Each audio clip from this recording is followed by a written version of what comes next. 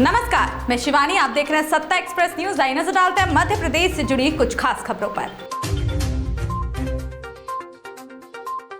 मध्य प्रदेश के भोपाल से गृह एवं जेल मंत्री डॉक्टर नरोत्तम मिश्रा का बयान सामने आया है। उन्होंने कहा कि कोरोना के क्षेत्र में स्थिति पूरी तरह से नियंत्रण है। रिकवरी रेट 98.6, पूरे प्रदेश में 60,000 सैंपल लिए गए हैं। पीसीसी के बाहर कमलनाथ का श्री कृष्ण के रूप में पोस्टर लगाने पर कहा, धर्म का माखौल उड़ाने का कांग्रेस ने मन बना लिया है। कभी सोनिया जी को दुर्गा जी के रूप में प्रस्तुत करते हैं, अब कमलनाथ जी का कर दिया है। हर दिन ऐसा काम करते हैं जिससे मूल राष्ट्रवाद और हिंदुओं की भी भावनाएं आहत होती हैं। महान भारत को यह बदनाम भारत बोलते हैं, यह सोच जनता के सामने आ रही है। कोरोना के क्षेत्र में स्थिति पूरी तरह से नियंत्रण में हम लगातार किए हुए हैं। आज 10 नए मामले कोरोना के पूरे प्रदेश के अंदर आए हैं, जबकि 8 लोग ठीक होकर अपने अपने गंतव्य और घरों की ओर गए हुए हैं। पूरे मध्य प्रदेश के अंदर एक्टिव केस 100 बचे हैं, 100। संक्रमण दर हमारी 0.016 मध्य प्रदेश भर की है, जबकि रिकवरी दर हमारी 98.6 को हम नियंत्रण में किए हुए हैं। कल पूरे मध्य प्रदेश के अंदर 60,000 सैंपल लिए गए।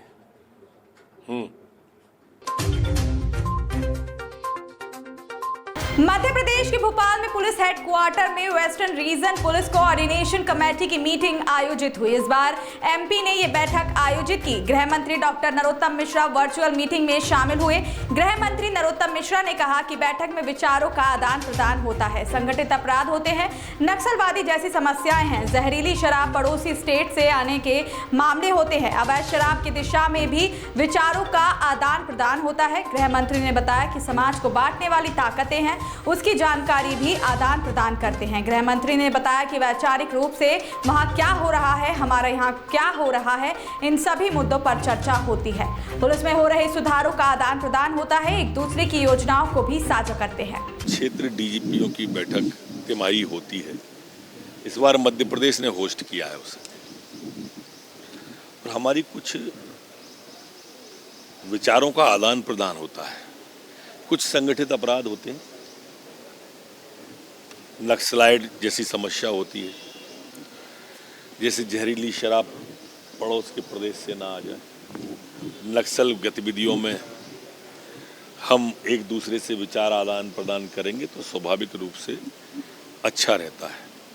संगठित अपराध की दिशा में, अवैध शराब की दिशा में, ये जो समाज को बांटने वाली ताकतें हैं और उसमें जो संरक्षण देने वाले लोग हैं, इसका भी विचार का आदान प्रदान हो जाता है कि कोई देश तोड़ने वाली ताकतें सक्रिय तो नहीं है, और ऐसी ताकतों के खिलाफ भी उनके यहाँ क्या स्थिति है, हमारे यहाँ क्या स्थिति है, वैचारिक रूप से वहाँ क्या हो रहा है, यहाँ हो रहा है, ऐसी अनेक चीज़ें हैं।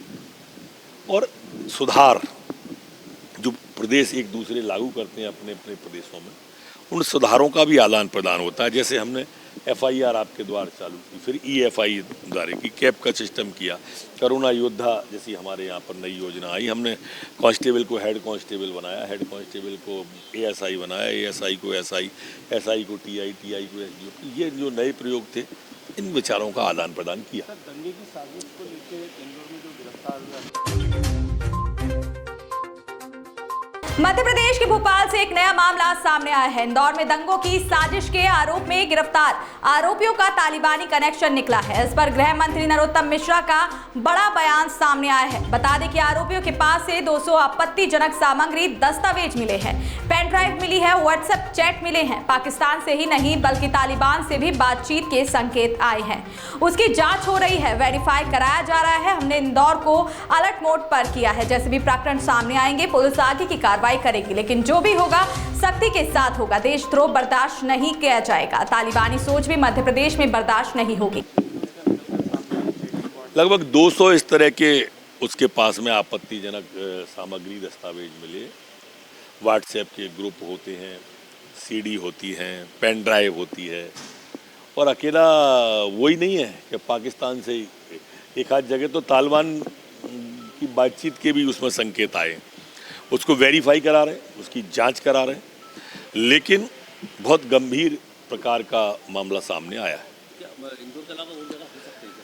हमने पूरे उस इलाके को अलर्ट मोड पे किया हुआ है, और निश्चित रूप से जैसे जैसे प्रकरण हाथ में आते जाएंगे वैसे वैसे पुलिस कार्रवाई, लेकिन सख्ती के साथ में करेंगे। तालिबान से किस तरीके से हमारी अभी कुछ सीमाएं हैं, बाउंड्री हैं, अभी आपके माध्यम से हम उन लोगों को जहां जो जांच के विषय हैं अभी वो कहना ठीक नहीं, आप पूछ सकते हैं, पर मेरा कहना ठीक नहीं होगा। सीएम ने कहा है कुछ लोग समाज को तोड़ने की कोशिश कर रहे हैं। मैं सहमत हूं उनकी बात से, माननीय मुख्यमंत्री जी ने कहा है समाज के अंदर कुछ इस तरह के लोग सक्रिय हैं जो देश तोड़ने वाली ताकतों के खिलाफ हो जाते हैं, तो समाज की तो क्या चलिए, भारत तेरे टुकड़े होंगे वाली नारों के साथ चले जाते हैं। जो पाकिस्तान जिंदाबाद के उज्जैन में नारे लगे उसको कह देते हैं काजी साहब जिंदाबाद के नारे लगे। अब ये क्या है, बिना जांच किए, बिना सोचे, बिना समझे आप ऐसे लोगों का सपोर्ट कर रहे हो। जो ये हिंदू मुसलमान की बात नहीं थी उज्जैन में, ये दो देश का मामला था, दो राष्ट्रों का मामला था।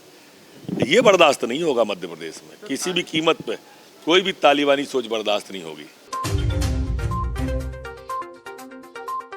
मध्य प्रदेश की राजधानी की सूखी सेवनिया पुलिस ने सैनिटरी कारोबारी के मैनेजर के साथ हुई लूट का खुलासा कर दिया है। लूट की वारदात ड्राइवर और हम्माल में लुटेरे हायर करके कार्रवाई थी। पूछताछ में आरोपियों ने बताया कि वह लुटेरे से व्हाट्सएप कॉलिंग कर वाहन की लोकेशन बता रहे थे। बालमपुर घाटी पर बाइक सवार 3 लुटेरे मैनेजर से 4,21,000 रुपए लूट कर फरार हो गए थे। गिरफ्तार आरोपियों के पास से पुलिस ने लूटी गई रकम मोबाइल बरामद किया है। एएसपी राजेश सिंह भदौरिया ने बताया कि रामगोपाल यादव सैनिटरी कारोबारी का मैनेजर है। शनिवार दोपहर रामगोपाल यादव कंपनी के लोडिंग वाहन से सैनिटरी का सामान विदिशा में डिलीवरी देकर वापस आ रहा था। थाना सूखी सेवनिया अंतर्गत एक बालमपुर घाटी घना जंगल है, वहाँ सुनसान स्थान में रात्रि 9 बजे 3 बाइक सवार लुटेरों ने 4,21,000 रुपये चाकू की नोक पर लूटे थे। इसी पर से हमारे द्वारा और साथ में उनके फरियादी वाले साथ वालों के साथ में धक्का मुक्की मारपीट की थी। इसी कड़ी में उनके साथ में अंततः जो घटनाक्रम हुआ उसमें धारा 394 IPC का केस रजिस्टर्ड हुआ। 394 IPC के तहकीकात में हमारे द्वारा स्पेशली 5 टीम बनाई गई। इन 5 टीम के द्वारा कड़ी मेहनत के परिणाम स्वरूप ये पाया गया कि जो फरियादी है उसके साथ लोडिंग ऑटो में जो व्यक्ति सवार थे उनके द्वारा उनको सामने वाले को गोपनीय रूप से सूचना पहुंचाई गई। वो लुटेरे इन्हीं के साथ वाले की सूचना पर जंगल में पहुंचे। रात में न केवल फरियादी के साथ मारपीट की बल्कि वो 2 लोग साथ में जिन्हें सूचना दी उनके साथ भी मारपीट की, जिससे पता नहीं लगे, भ्रम ना हो। और इनके द्वारा इस तरीके के जो सूचना पर से जो घटनाक्रम हुआ था इस पर वो दोनों सूचक जो व्यक्ति गाड़ी में साथ में थे फरियादी के थे उनके, और जिनके द्वारा अपराध कारित किया गया था उनके, इस तरह से 5-4 लोगों को गिरफ्तार किया गया।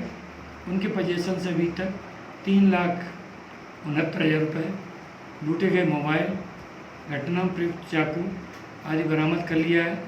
माननीय न्यायालय से भी PR लिया गया है। आगे की साक्ष्यरूप कार्रवाई की।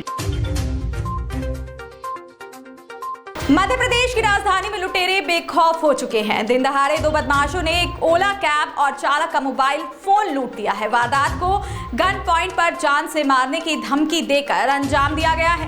फरियादी ने पूरी घटना को मोबाइल फोन में रिकॉर्ड कर लिया है। मामले में पुलिस ने लूट का प्रकरण दर्ज कर आरोपियों की तलाश शुरू कर दी है। वहीं पुलिस का दावा है कि आरोपियों के खिलाफ अहम सुराग लगे हैं। ये कैब गाड़ी है जिसमें जो लुटेरा है उसने अपने आप को पैसेंजर बन के इनको मंडीदीप के निकट 11 मील के पास छोड़ने के लिए हायर की थी।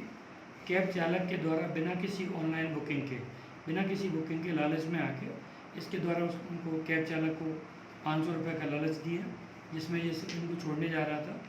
कल सुबह यानी कि 29 अगस्त की सुबह 5:45 बजे के करीब कैब हायर की और 6:15 बजे वहाँ पर मंडीदीप बॉर्डर पर पहुँचे हैं। देन इसके बाद में जब ये पहुँचे उसी दौरान एक बाइक सवार अन्य साथी इस लुटेरे का वहाँ मौके पे मिला। इनने ड्राइवर को उतार दिया। ड्राइवर का ऐसा कहना कि ड्राइवर ने किसी प्रकार का प्रतिरोध क्यों नहीं किया, क्योंकि इसके पीछे ऐसा कारण बताया कि उनके पास कोई रिवॉल्वर जैसी चमकीली चीज़ थी जिससे वो डर गया। इसके कारण से उसके द्वारा किसी प्रकार के कोई प्रतिरोध नहीं किया और गाड़ी उनको हैंड ओवर कर दी, जिससे वो लुटेरे उसको लेके चले गए। आरोपी दोनों आरोपी के विरुद्ध धारा 392 IPC यानी कि लूट का केस रजिस्टर्ड किया गया।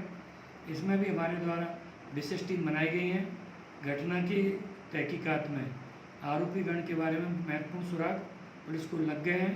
पुलिस की टीम जहाँ ये आरोपी गण की सुराग रसी हुई है उस क्षेत्र के लिए सुबह से रवाना है। जल्द ही इस मामले का खुलासा कर दिया जाएगा और जिन आरोपी द्वारा घटना कारित की है उनको गिरफ्तार किया जाएगा। जम्मू कश्मीर के मध्य कश्मीर के गादरबल जिले के सफोरापुरा के चश्मा मानसबल इलाके में मंगलवार को वन्यजीव विभाग ने एक तेंदुए को जिंदा पकड़ा है। दरअसल वन्यजीव विभाग को तेंदुए के होने की सूचना मिली थी। तेंदुआ गांदरबल और बांदीपोरा क्षेत्राधिकारी के बीच रिहायशी इलाकों में घूम रहा था, जिससे स्थानीय लोगों को विशेष रूप से बच्चों को खतरा था। जम्मू कश्मीर में कश्मीरी पंडितों ने सोमवार को त्योहार की पूर्व संध्या पर श्रीनगर में जन्माष्टमी जुलूस निकाला। यह जुलूस पुराने शहर के हब्बा कदल इलाके शहर खास से शुरू हुआ था और व्यस्त रेजिडेंसी रोड और अन्य इलाकों से गुजर कर निकला है, जबकि भक्तों ने भगवान कृष्ण की स्तुति में धार्मिक भजन गाए। मध्य प्रदेश की खबरों में बस आज इतना ही। देखते रहिए सत्ता एक्सप्रेस न्यूज।